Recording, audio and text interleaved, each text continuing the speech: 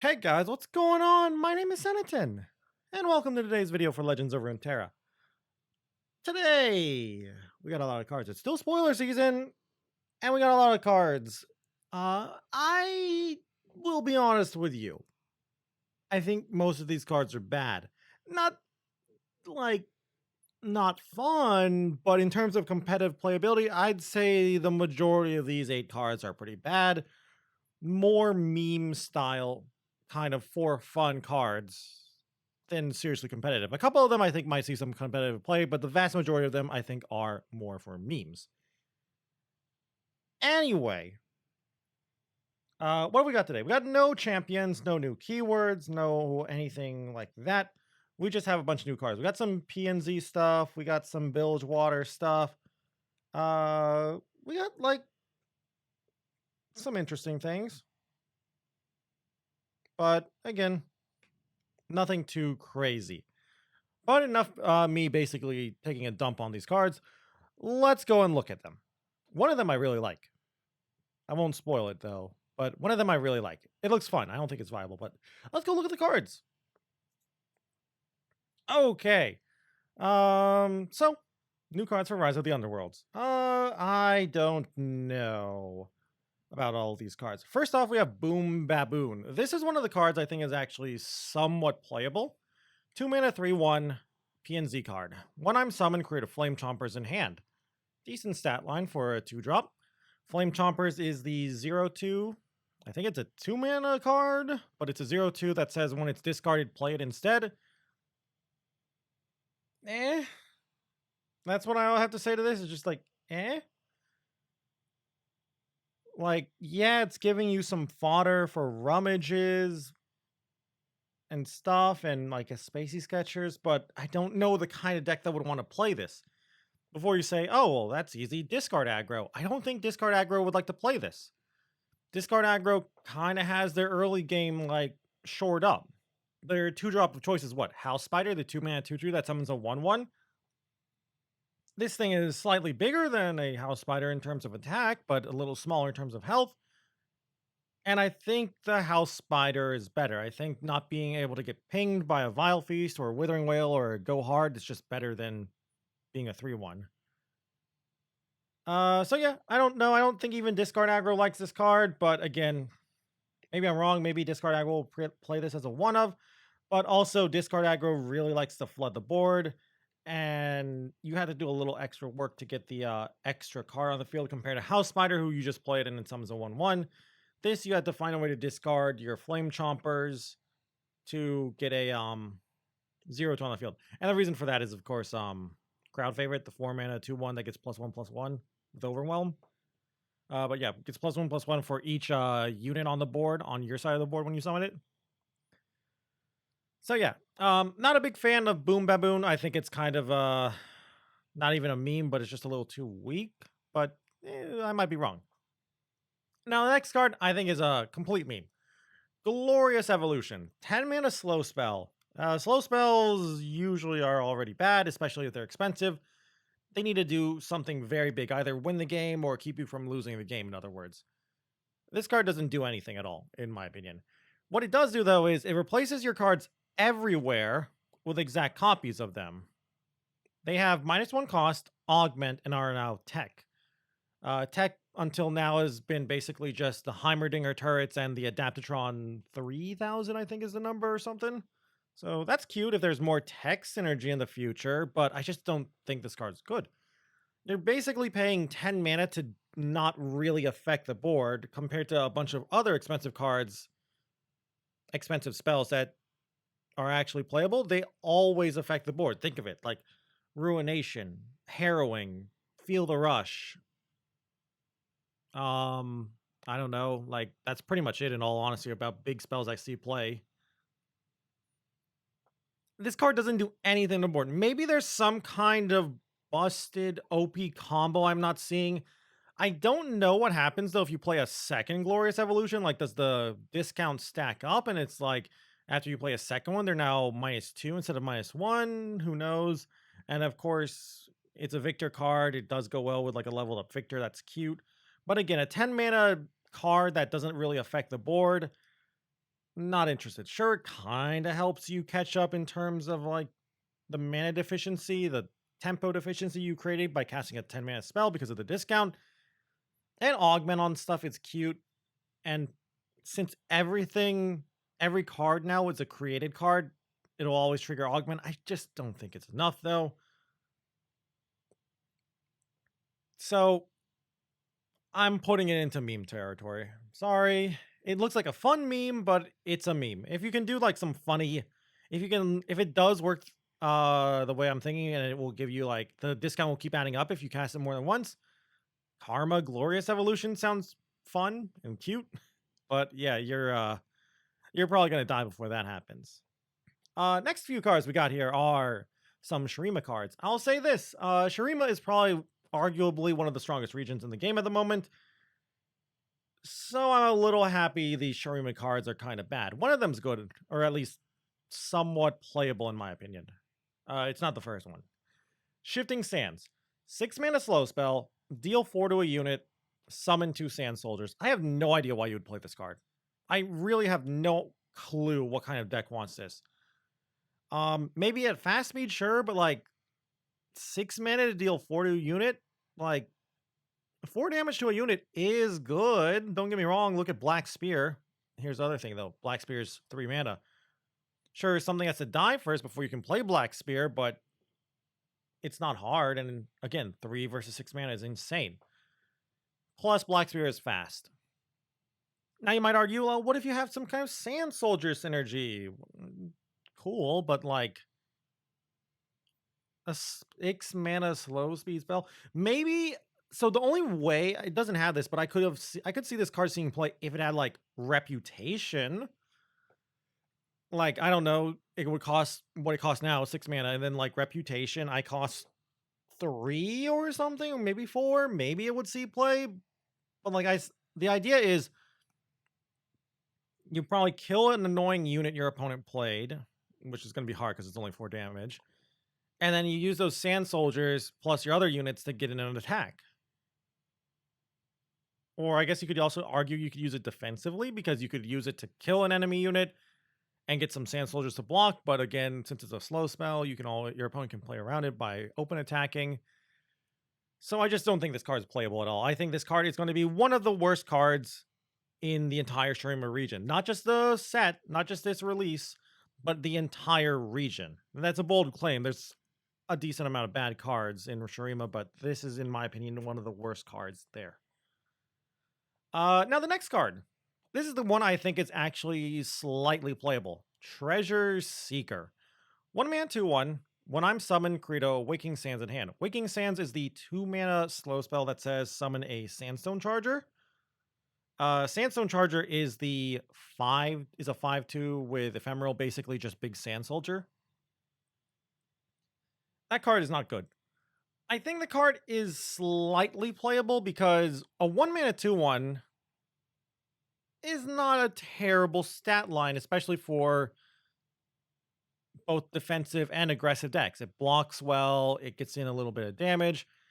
The spell Waking Sands, it's not the greatest, but it's discard fodder. It is a spell for spell synergy if you care about that. It's an ephemeral, I guess, if you care about that, if you're playing like Hecarim or Shark Chariot or whatever. But again, I just don't think it's good enough. And my reasoning for that is I think, in my opinion, the slower, more control-y Shurima decks and the more aggressive Shurima decks all have 1-drops and, to a lesser extent, 2-drops. In other words, early game cards they'd rather play over this. Think like Aspiring Chronomancer, the 2 mana 2/3 that says Predict. Bakai Reaper, Dune Keeper. I'm forgetting one. Ancient Preparations, the Predict landmark, basically. So I don't really know exactly what kind of deck wants this, but I can see this card seeing play. I wouldn't be surprised if this card sees a little bit of play. But I don't think it's like busted or cracked and like gonna be OP or anything. It just seems like a fine card that's okay and really nice in Expedition too, because it's a common, so you'll see it a lot, so that's nice. The next card. I don't know about this card. This card I think is a little bit tough for me to evaluate. The Time Has Come. 5-mana burst spell, summon a Clockling. If you've predicted this game, summon 2 instead. Clocklings are just vanilla 2/2s. They have nothing going on besides just being a 2/2. It's the unit you get from Ancient Preparations. That's a lot of mana. Even if you've predicted, so you're getting 2, you're basically spending 5 mana for 4/4 worth of stats, 2/2s. Now, yes, I know you can argue like, well, it's at burst speed, so like the Mist Wraith spell, I can't remember it. You can use it to like get some more attackers before you attack in without passing. If in case your opponent open attacks, you can use it to get some blockers. Like that's the only place I can really see it is in a more control-y deck to use it as like burst speed blockers in case of open attacks. And that's a very, very extremely fringe case scenario. So I don't think this card is going to see play at all in constructed. It wouldn't be a bad spell to get if you're getting generated spells like from a karma or something, but I just don't think this is a card you want to put in your deck in all honesty. So yeah, for these cards alone, Boom Baboon and Treasure Seeker I think are the only 2 that are maybe gonna see some play. Glorious Evolution I think is a meme, but a fun meme. Shifting Sands in my opinion is just bad. Time Has Come, I'm unsure, but I'm leaning towards more of the it's bad case. And we got more cards. We got a few more cards. We got some Bilge Water cards. We got another page here. One of the cards, the one I mentioned at the very beginning that I really liked, is here. And it's the ELNUK. We'll talk about that at the end, but I really like this ELNUK. But first off, we have a landmark. A 5-mana landmark, so it needs to do something big, and I'll be honest with you, I don't think this is doing enough. 5-mana landmark, Reaver's Row. When I count down, summon a random 1-cost follower. It has countdown 2. It says grant 1-cost allies +2/+1 and fearsome. It doesn't say everywhere, so it's only affecting the things on the board. When I first saw this card, I thought this card was nuts because I thought it would affect all 1-drops. So I was like, wow, that's crazy. It's gonna give like blades +2/+1 and fearsome. And then I reread the card and I was like, oh wait, no, this is a garbage card. So I don't know about this card. I don't think it's playable. There is like 1-drop aggro, 1-drop whatever, 1-drop decks, whatever you want to call them, come in and out of the game every now and again. It's kind of weird. Basically a deck playing things like Jagged Taskmaster, some 1-drops like Prowling Cutthroats and Daring Poros, Professor Von Yip even, Teemos, Fizzes, stuff like that. I've seen some that play like Shadow Isles for Elise and Spiders. I think that if a deck does show up that plays Reaver's Row, it'll be more with PNZ. Maybe Echo will have some synergy with this card and be able to do like some weird shenanigans with Countdown and Landmark. I hope not because that sounds kind of bad, but maybe. But in other words, I don't think this card is good. I think the kind of deck that is playing like a bunch of 1-drops is gonna just, they'd rather play like, I don't know, even Decimate over this or something. There's just so many other cards they'd rather play over this card than, well, Reaver's Row. But yeah, the next card, Line 'em Up. This card I think is, I don't know how to evaluate this card. I don't think this card is good, but I could see this seeing a little play. Line 'em Up is a 2-mana burst spell. Summon a Powder Keg. And then create a Knock 'em Down in hand. Knock 'em Down is a 1-mana slow spell with fleeting, so you can't hold it in your hand for a while. Deal 1 to anything. So the combo by itself, just this card alone, is you play Line 'em Up, you get a Powder Keg, 1 Powder Keg. You get Knock 'em Down in your hand. You cast Knock 'em Down, you hit something, and you deal the damage to it. That alone is a 3-mana deal 2 to anything, but at slow speed because Knock 'em Down is slow. Sure, Line 'em Up's burst, but Knock 'em Down is slow. That's not impressive. Now, granted, burst speed, a burst speed way to get powder is cute, so that's nice. Boom ship synergy, maybe.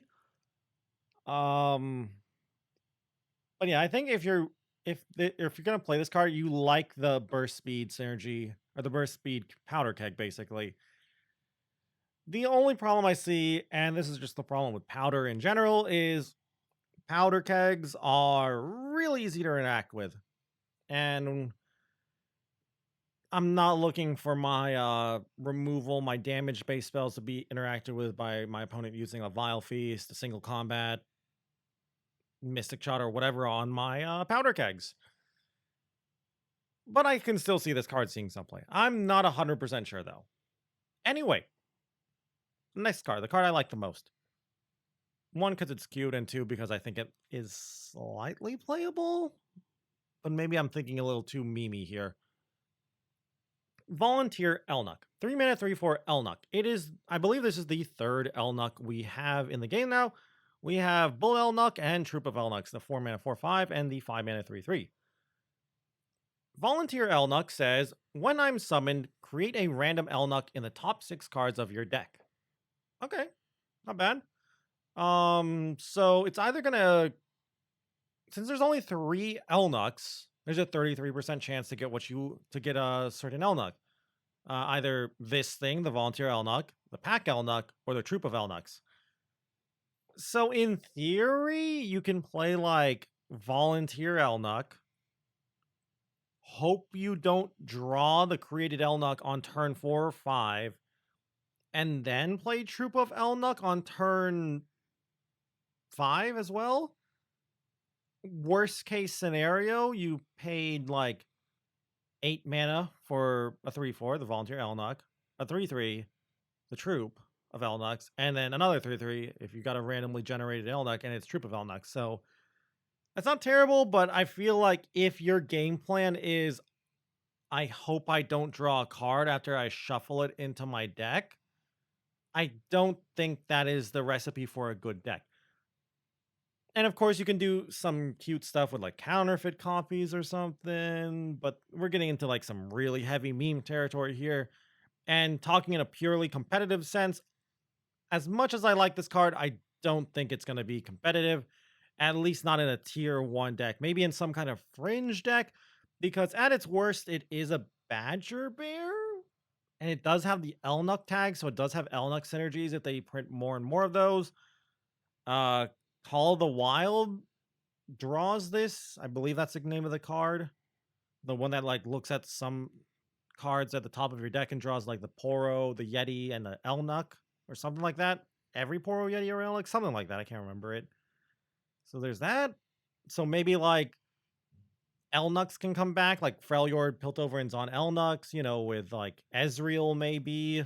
But again, I don't think it's good enough. I think it's too fragile, too memey, and too high variance. And those are not the things you want in a competitive deck. You want low variance. You want like very hard to disrupt. You want very consistent things, and you want powerful things. None of those things I said is powerful, except for like, I guess, Ezreal. Ezreal is strong. Anyway, though, that's it. It felt like today was more of a meme day for the card reveals. More just like, hey, these cards are mostly more for fun, more for the casual crowd. We should be getting Pike tomorrow, I believe. I hope so. And I really hope Pike is good, because while I like a lot of the other cards, I want something really control-y, and I hope Pike is that. Maybe I'm wrong, though. Maybe I'm wrong on some of these cards. Maybe they'll be good. If you think some of them are good, I'd love to hear what you think is good and why you think it's good, especially because I'm dumb. But yeah, that's going to be it for today's video. I hope you enjoyed it. If you did, please be sure to leave a like or a comment down below. And if you guys want to watch me play some Legends of Runeterra, you can always go and check me out on twitch.tv at twitch.tv/Zenatan. I stream there pretty much every single day. Anyway, though, with that all said and done, thank you all once more for watching this video. And until I see you guys in the next one, bye!